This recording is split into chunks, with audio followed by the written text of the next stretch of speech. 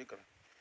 मी माणिकराव सखारामजी आगलावे पाटील भिंगीकर, भिंगी या गावचा शेतकरी असून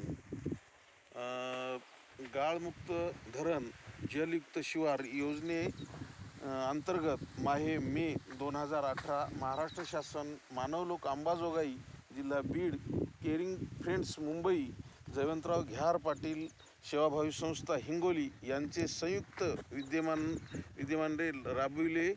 यामध्ये हदगाव भिंगी तलावातील गाळ शेतकऱ्यांना मोफत JCP उपलब्ध करून देण्यात आली. या योजनेचा मी लाभार्थी आहे.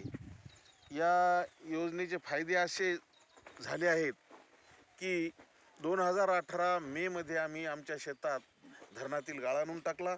तर ते नंतर आम्ही व्यवस्थित केल्याच्यानंतर त्याच वर्षी मी हळदीचं याच्यात उत्पादन घेतलं. एकरी 25 ते 26-27 क्विंटल जवळजवळ समजा एकरी उत्पादन मिळालं. दुसऱ्या वर्षी सोयाबीन घेतलं. दुसऱ्या वर्षी सोयाबीन जवळजवळ समजा 13-14 क्विंटलचा उतार आला. आणि त्याच्यावर गहूसुद्धा घेतला. गव्हाचा सुद्धा 15 ते 16-17पर्यंत उतार आलेला आहे. आणि दुसरी गोष्ट की आम्ही जे रासायनिक खत वापरत होतो तर ते रासायनिक खत म्हणजे नगण्य वापरण्यात आलेलं आहे.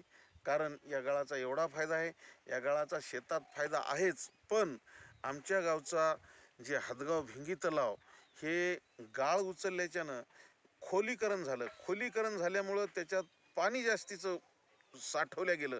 ते साठवलेलं पाणी आम्हाला जवळजवळ पुढचे 2 महिने ते 2.5 महिने जास्तीचं वापरायला मिळालं. हे त्याचे गाळ उचलण्यामागचे फायदे आहेत. म्हणजे एक तर शेतात गाळ झाला, उत्पन्न वाढलं आणि शेतीला पाणीसुद्धा 2 महिने कालावधीत पाण्याचा वाढला.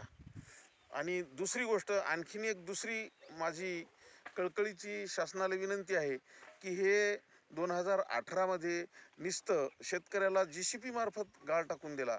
तर आमची मागणी शेतकऱ्याच्या अशी आहे की शासनानं ट्रॅक्टरचं सुद्धा भाडं द्यावं. तर समजा एक शेतकऱ्याचा आणखीनसुद्धा फायदा होईल, आणखीन धरण खोल होईल, पाण्याचा साठा वाढेल, आणखीन 2 महिने ते 3 महिने शेतकऱ्यांना पाणी पुरल. तर शेतकऱ्याची एक चांगली उन्नती होईल आणि भरभराटी होईल. गव्हर्नमेंटचं पहिलंच म्हणणं आहे की बा 2 वर्षात शेतकऱ्याचा दुप्पट उत्पन्न वाढवायचं आहे. दुप्पट उत्पन्न काय तिप्पट वाढल.